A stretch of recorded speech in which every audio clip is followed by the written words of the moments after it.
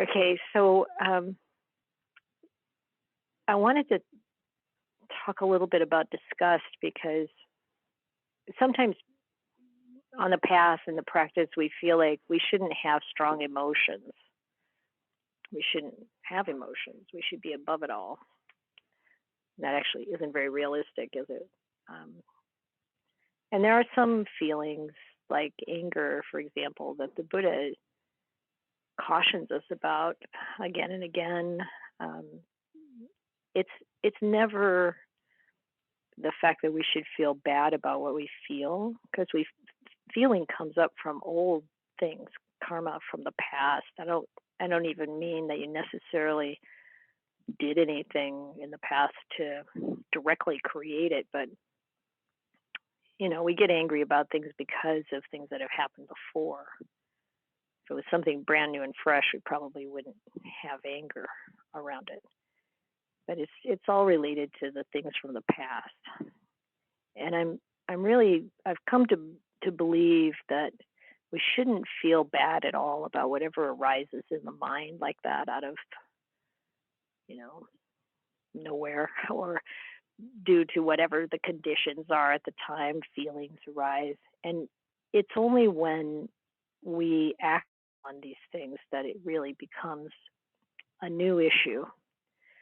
So with anger, the Buddha really encourages us to turn towards the feeling, use mindfulness, use discernment, stay present with it, allow it to pass away, and then deal with whatever the situation is. So there are some emotions that we really want to just be present with and recognize that they are afflictive. It's really suffering. But then there are other things that we might feel that are actually very helpful. And one of them is disgust. And it's interesting because you can look at disgust and say, well, isn't that aversion? Shouldn't I be kind of like keeping that in the box? But the Buddha talked a fair bit about disgust in a positive way, and I'll give you some examples. If you look at the middle length discourses in Sutta number 5, it's called Without Blemishes. There's a part where the Buddha talks about what a blemish means. He says it's a term for spheres of bad, unskillful wishes. He says, suppose these spheres of bad, unskillful wishes are seen and heard to be not given up by a mendicant. So you've got some monastic who has bad, unskillful wishes, and they haven't given that up. And even though they dwell in the wilderness in remote lodgings and eat only alms food and wander indiscriminately for alms food, wear rag robes and wear shabby robes. So this is all this stuff, like the austere stuff that's supposed to be, really top-notch mendicant living, right? In terms of austerity. Their spiritual companions don't honor, respect, revere, and venerate them. They're not respected. Why? Because they haven't given up these bad, unskillful wishes. Maybe they want to be more important than someone else. They want to get better alms food than someone else, or whatever other wishes they might have. And then the Buddha uses this simile. He says, suppose a bronze dish was brought from a shop or a smithy, clean and bright, and the owners were to prepare it with the carcass of a snake or a dog or a human, and basically put this carcass into this dish and cover it with a bronze lid and parade through the marketplace. When people saw it, they'd say, oh, what is that you're carrying like a precious treasure? And then they open it up and then they look inside. And as soon as they see what's inside, they're filled with loathing, revulsion, and disgust. Not even those who are hungry would want to eat, let alone somebody who has eaten. So you get that direct kind of feeling, right? It's in your gut. It's like, ugh. This kind of disgust is what the Buddha said we have towards unskillful behavior. And then he finishes up saying it's in this same way And when these spheres of bad, unskillful wishes are seen and heard to not be given up by a mendicant, their spiritual companions don't honor, respect, revere, and venerate them. And so there are many other places where the Buddha talks about disgust towards what's unwholesome as a healthy response. This is a good response, but it has a little bit different feeling than aversion. It doesn't have a stickiness to it that craving or desire has. It's just a reaction to something really ugly, really unhealthy, really unwholesome.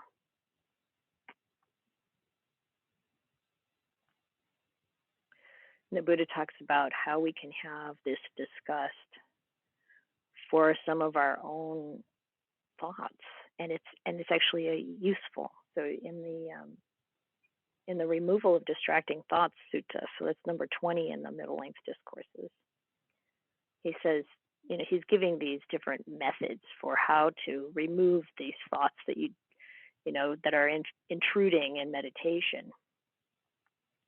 And he says if you try the approach to replace an unwholesome or a bothersome thought with a thought about something wholesome, and that doesn't free your mind from this unwholesome thought thinking, then he said you can just reflect on the danger of this unwholesome thought. He said, if these are thoughts, these kinds of thoughts are thoughts connected with desire, with hate, or with delusion, then you examine the danger of having these thoughts in this way. You say, you think to yourself, these thoughts are unwholesome. They're reprehensible. They result in suffering.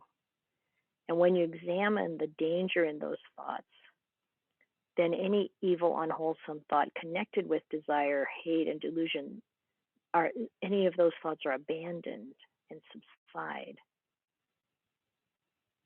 And this is, but it's the same word. The Pali word is jagucha, or the verb form is jaguchati.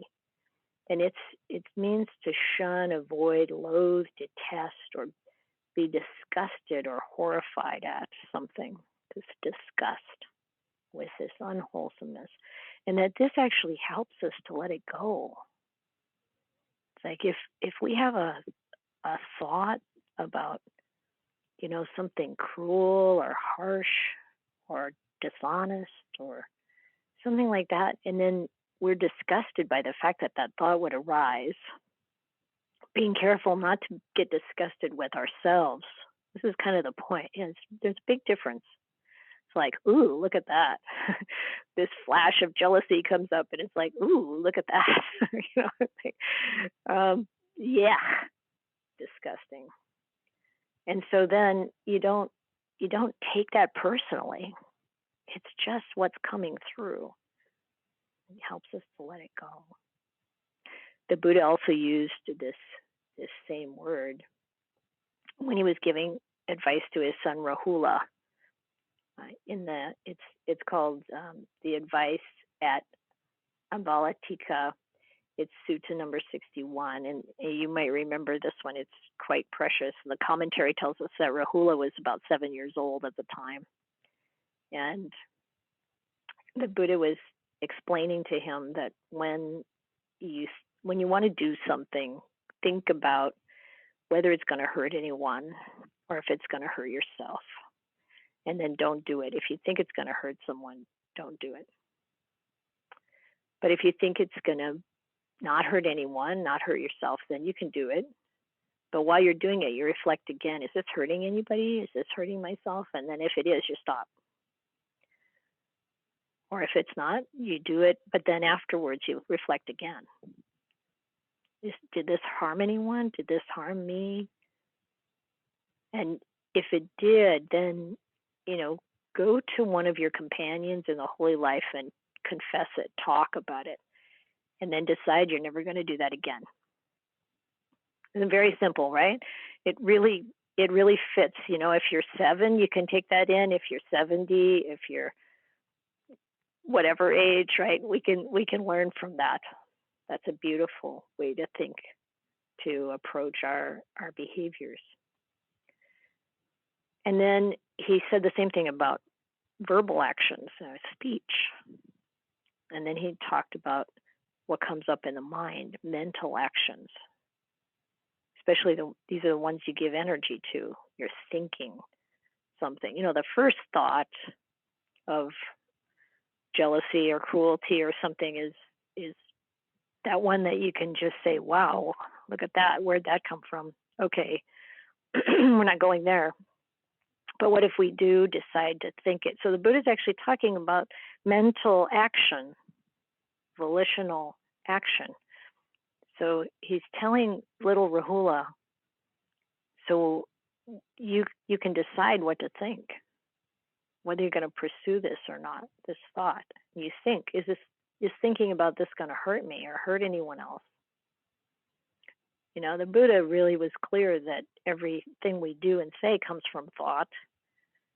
So the suffering starts with the thought, and the harm starts with the thought. So he wanted Rahula to reflect on, will this hurt anybody, etc. Just like he said with action, bodily action and speech.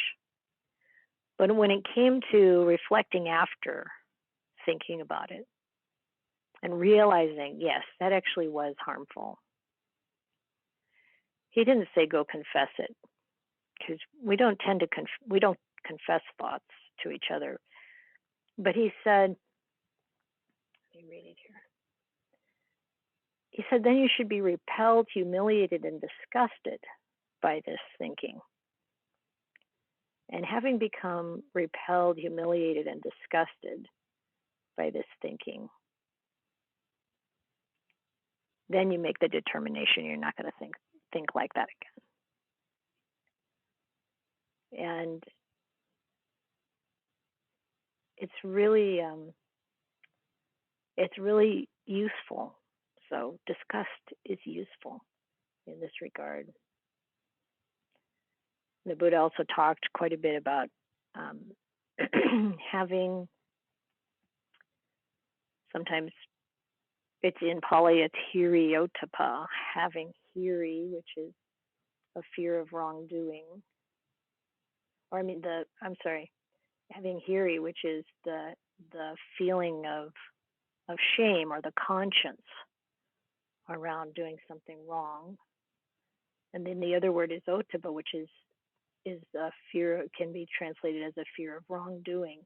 It's more about the fear of consequences or how the action in the world is going to be problematic. But in this too, if you look at that word hiri, that sometimes it's translated as moral shame. Shame doesn't play very well. It kind of brings up all kinds of other things. So Bhante Sujato has started just translating it as conscience. But when you look at the definition of it, it's disgust. It's disgust for bodily and verbal misconduct. It's disgust for breaking precepts. So these are the wholesome uses of disgust. But now in Sutta number 102 in the Middle Length Discourses, where the Buddha is talking about different kinds of speculative views about the future, the past, and also misunderstandings or misconceptions of Nibbana. At one point, he talks about those who believe that when we die, we're annihilated. So the text says, the Tathagata understands that those good recluses and Brahmins who describe the annihilation, destruction, and extermination of an existing being at death through fear of identity and disgust with identity keep running and circling around that same identity. Just as a dog bound by a leash tied to a firm post or pillar keeps on running and circling around the same post or pillar. So too, these good recluses and Brahmins, through fear of identity and disgust with identity, come running and circling around that same identity. That is conditioned and growth, and there is cessation, but there is cessation of formation. So this is what Buddha discovered. All things do come to a stop, they cease.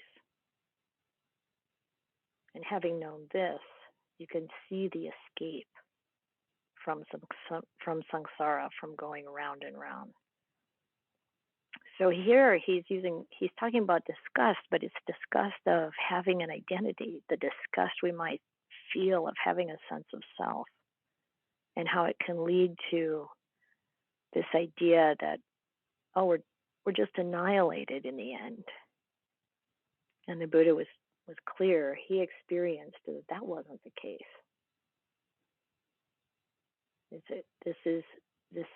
This fear and disgust of identity in this case leads to craving for non-being.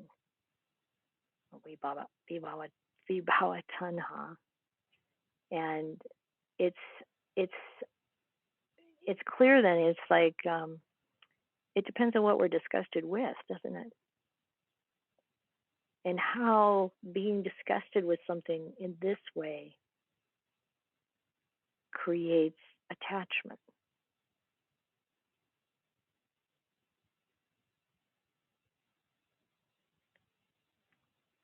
And the last thing I want to point out about disgust is the way it's used when the Buddha talks about nibbida. So nibbida is one of the words that can be translated in a variety of ways, and disgust being one of them. So it could be weariness. This disgust is disgust with the worldly life. Tedium, aversion, indifference, disenchantment. A lot of us like disenchantment, the way of seeing the world that keeps us from craving it, from wanting, or wanting to get rid of. And so we often see this word, nibbida, and it may be translated as disgust in this list of words where we are looking at disenchantment, dispassion, the destruction of the ego, or the cessation, the perfection of wisdom, nibbana. So like in the simile of the snake, and that's number 22 in the Middle Length Discourses. And the Buddha says, you should truly see any kind of form at all, past, future, or present, internal or external, coarse or fine, inferior or superior, far or near, all form, with right understanding. This is not mine. I am not this. This is not myself. And you should truly see any kind of feeling, perception, mental activity. Bhante Sujato calls it choices, consciousness, at all, any of these at all, past, future, or present, internal or external, coarse or fine, inferior or superior, far or near, all of them with right understanding. This is not mine. I am not this. This is not myself. And seeing this, you'll become disillusioned or disgusted or disenchanted with form, feeling, perception, choices, and consciousness. And those are beautiful Pali words. This is the nibbida for all of these 5 aggregates or khandhas. And being disillusioned, desire fades away. And when desire fades away, you're freed. And when you're freed, you know you're freed. And these are, this is the nibbida, viraga, vimutti. And sometimes the way the Buddha puts it is, There's disillusion, dispassion, cessation, peace, insight, awakening, and nibbana. And those things which lead to that series of experience are the things the Buddha taught, and he left everything else aside.